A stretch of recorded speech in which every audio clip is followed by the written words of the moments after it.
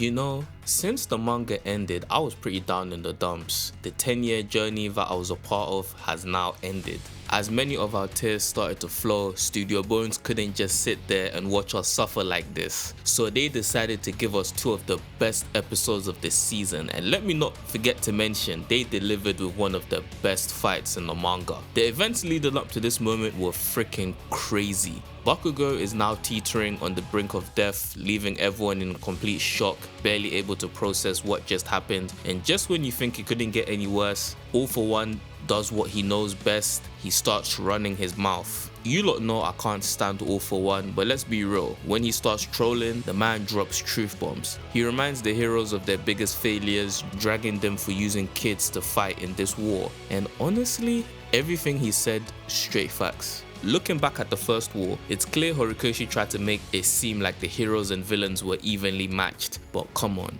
If we're being honest, the villains ran away with that W. Sure, they lost twice, Gigantomachia was caught, and Redestro and his crew were arrested, but the fallout was catastrophic for the heroes. Cities were leveled, prisons were emptied, unleashing waves of villains, and the top heroes either died or had to hang up their capes for good. Hero society crumbled overnight. It almost feels like a meta commentary by Horikoshi himself, making you wonder if Deku going solo wasn't such a bad call after all. He is the only one who stands a real chance against Shigaraki. None of this would have happened if Deku hadn't been pulled away from his group, and the fact that Bakugo was the only one who managed to hurt Shigaraki only to get dropped afterwards is just nasty work. The tide so far has shifted in favor of the villains, and Darby is back looking extra crispy, and this time he's learned how to use phosphor. I know some of you might be thinking this is an arse pull, but it's anything but. Darby, just like Shoto, is a natural prodigy, and we've seen him mimic Endeavor's techniques simply by observing him over the years. Now, he's using that same talent to cancel out Shoto's ice with his fire.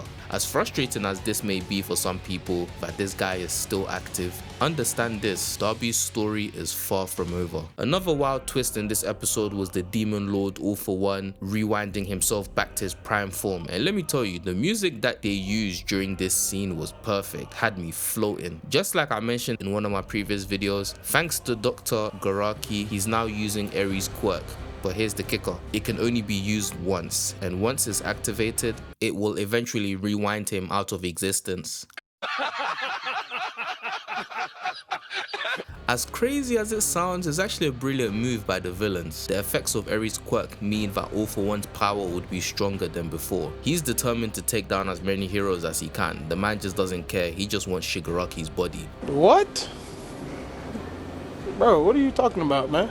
No diddy. But arguably one of the most controversial moments in the entire arc is Bakugo's revival. When this moment first appeared in the manga, it tore the fandom apart, and I don't say that lightly. The backlash was so intense, people hated it with a passion. Honestly, I wasn't thrilled about it either. It's not that I was against Bakugo coming back, because let's be real, we all knew he wasn't gonna stay dead. Whether you love him or hate him, Bakugo is the most popular character in the series, and for many manga readers, a beloved character is often the main reason they're invested in the series, not just for the plot or action. Manga authors understand this all too well, which is why they're incredibly selective about who they choose to kill off. Even Isayama hesitated to get rid of Levi. It's rare for a shonen series to permanently eliminate fan favorite characters, except for Gege Akutami, who seems to revel in making his readers suffer. If you know, you know. Despite the unfavorable reactions from manga readers at the time, it's clear what Horikoshi was aiming for here. Thematically, it aligns with the narrative that older heroes are responsible for the younger generation. Edgeshot embodies the concept of honor and sacrifice. Just look at his design. However, I believe Horikoshi missed the mark when it came to establishing an emotional connection between Bakugo and Edgeshot.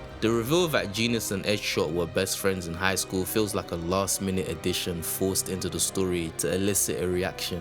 Better yet, sacrificing Best Genus instead would have resonated more powerfully with the audience. In hindsight, it's not as bad as it seemed when I first read it, but I still think Horikoshi could have crafted this moment with much more depth. The emotional stakes felt undercut. With Bakugo down, Miracle stepped up, and damn, she's an absolute badass. Miracle deserves all of the carrots. She lost another limb, but did that stop her from fighting? Hell no. Bro, I'm just relieved she didn't lose her thighs, because thick thighs save lives. There's something so captivating about a character who goes unhinged and fights to their last breath. I just love that shit. Seeing all the heroes fighting tooth and nail to buy time and save Bakugo's life reinforces the deep-seated hatred Shigaraki harbors for Hero Society. Here are the heroes doing everything in their power to save someone on death's door, while no one came to save him as a child. As the damage from the heroes piles up, the effect of erasure on his body combined with Quirk's singularity causes Shigaraki's form to mutate into a defensive mode. Then let me tell you, Apex Shigaraki looked absolutely sick animated.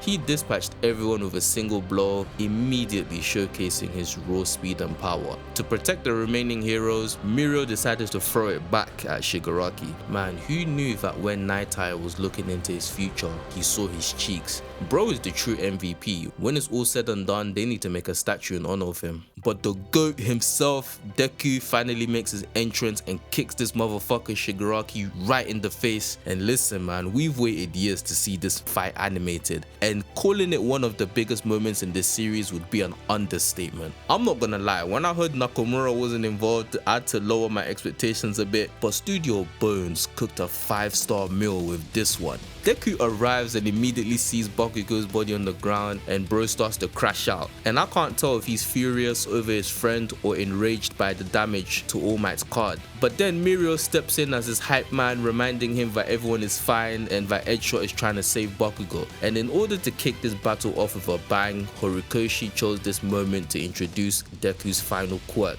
Gear Shift. Gear Shift allows the user to alter the speed of anything they touch. It's like changing gears in the manual car, with each gear setting a specific speed. Deku amped up his speed by touching himself, not in that way, making him undetectable to All For One. And since the quirk is enhanced by One For All, his punches are much stronger than ever. Studio Bones absolutely killed it with the way they portrayed Gear Shift. The blue color for the quirk, the sound design was excellent, and to top it all off, they had to play You Say Run. This episode was absolutely stunning. The explosion of colors during the fight brought everything to life. Prime Deku using Gear Shift looked amazing. The way he combined his quirks was raw as hell. He was straight up whooping All For One's ass. Gear Shift is one of the oldest quirks in the series and could only be used on small objects. Of course, All For One in his infinite arrogance thought that the second user's quirk was useless. With Gear Shift stored within One For All and stockpiling power, its capabilities expanded exponentially, allowing it to bend the very laws of physics. Deku proved why he's the ideal successor to One For All. All that glazing, observing and taking notes finally paid off. He knew exactly how to handle his new quirks like a pro. He's so good that he doesn't even need to use 100% of One For All. His quirks essentially give him the output of All Might's full power.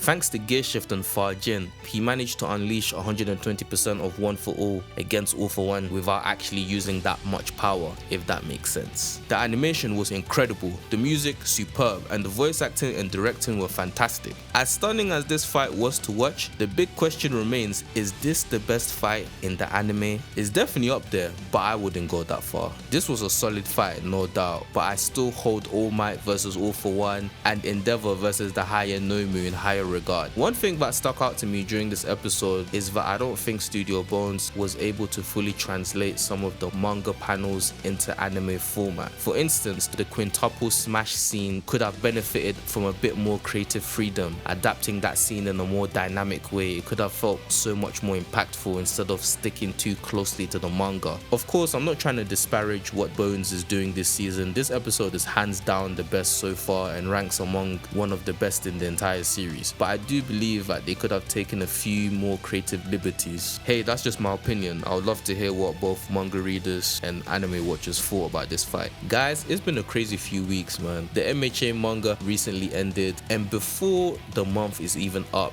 it's been announced that Jujutsu Kaisen is ending in just 5 chapters. In this decade so far, we've seen the end of Attack on Titan, kind of. Demon Slayer, MHA, and JJK all wrap up before GTA 6. That's crazy. Big shout out to Oda for outliving these new gen manga, but it's interesting that the two biggest cash cows for Shonen Jump have wrapped up in such a short time. It probably says something about the working conditions at Jump, if anything. Knowing the ending of this series and watching this episode gave me a bittersweet feeling. I'll save my thoughts on it for when the final season of the anime comes out. Who knows, my opinion might change, and plus the studio might extend a few things. Thank you to everyone who took out the time to watch this video. Like, comment, and subscribe for more content like this. Check out my MHA playlist, and until next week, stay blessed.